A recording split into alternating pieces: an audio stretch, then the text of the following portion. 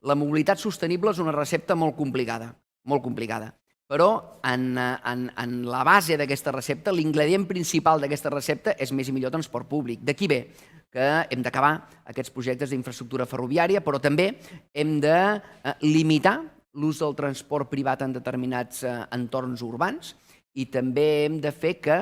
tota la flota de vehicles cada vegada sigui, de nou aquí la tecnologia ens juga a favor, més sostenible.